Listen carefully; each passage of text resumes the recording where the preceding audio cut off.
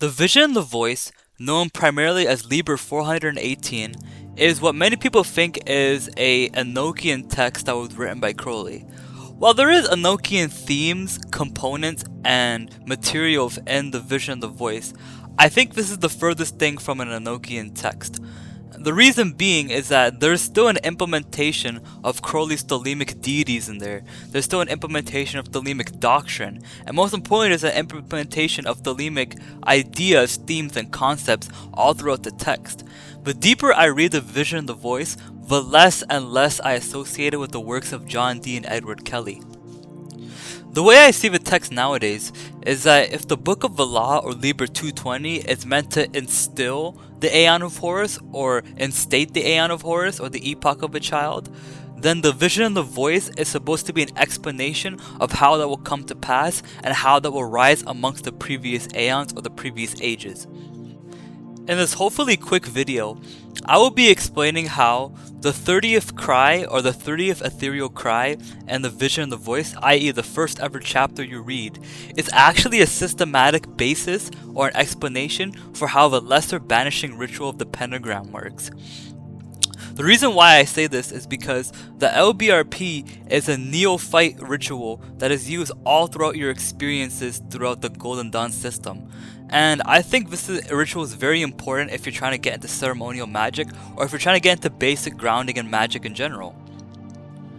For anyone unfamiliar with this ritual, the lesser banishing ritual of the pentagram consists of you establishing the 4 cardinal directions and the 4 archangels through invoking divine names, drawing pentagrams in the air, and doing certain signs like the sign of the Enterer, which is the sign of Horus, and the sign of Harpocrates, which is the sign of silence.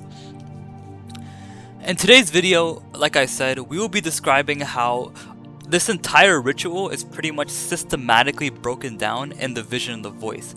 And I think it's a very revealing revelation to give to all of you. So yeah, I'm not going to do really too much of an intro card. Let's get started into the video talking about how the vision and the voice is actually a systematic explanation of the LBRP in Ether 30. The cry of the 30th ether of the vision and the voice consists of establishing the 4 corners and having angels guarding each and every single one of them. This should sound familiar because this is exactly what the LBRP is all about. It's about establishing the 4 corners in a space and invoking the 4 archangels that surround it: Raphael, Michael, Gabriel, and Uriel. Next of all, in the beginning lines of a 30th ether, Crowley says that he is in a vast crystal cube in the form of the great god Harpocrates. As we all know, in the lesser banishing ritual of the pentagram, after you draw the pentagram and you do the sign of the Enterer, we must also do the sign of Harpocrates, or the sign of silence.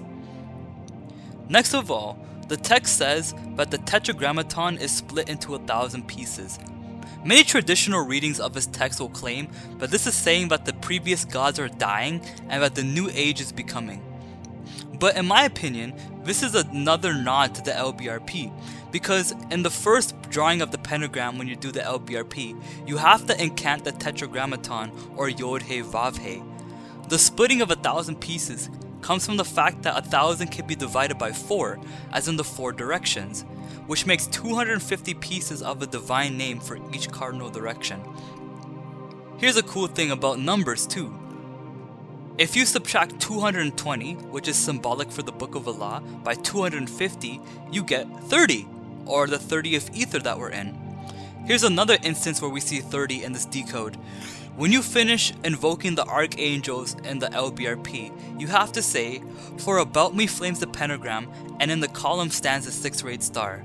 5, as in the pentagram, multiplied by 6, or the hexagram, equals 30. Then for the icing on the cake of these 30 dialogue, we're going to do a 3-fold 30 decode. Crowley says that the cube that he is in is surrounded by a sphere. Now we know a cube has 12 sides to it, 6 faces and 12 sides to it. And a sphere is symbolic for a circle which has 360 degrees. 360 divided by 12 equals 30. Finally, for the icing of the cake, The scroll of the cardinal direction, I believe the last cardinal direction that Crowley faces in the 30th ether, has the letters AN on it. Now this is important because at the end of ether 29, Crowley says that the letters of the alphabet have Sephirotic or Kabbalistic correspondences.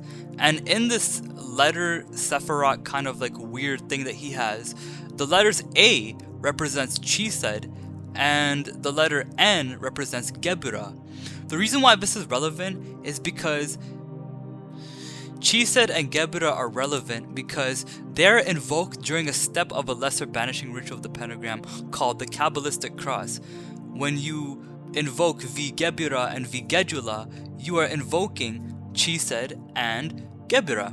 Finally, as a one last thing, there's mentionings of Jesus in the 30th ether, and when one is invoking the 4 archangels at the end of the LBRP, one must form themselves in the form of a cross. I think this is very important because each and every single bit and piece of the 30th ether of the vision of voice seems to be stressing the importance of the LBRP in our practice and explains how this is an essential ritual to traveling up the ethers. So yeah, that's basically my video. Very quick video, less than 10 minutes, explaining how I think the 30th ether of the vision of the voice is a systematic explanation for how the LBRP works. Thank you guys so much for watching. Thank you guys so much for coming by. I know, very quick video, very quick explanation, and very quick kind of ideas being put out here. I kind of want to get my EP done in time, and that's why I just wanted to make this quick video for y'all. Thank you guys for watching. Peace out.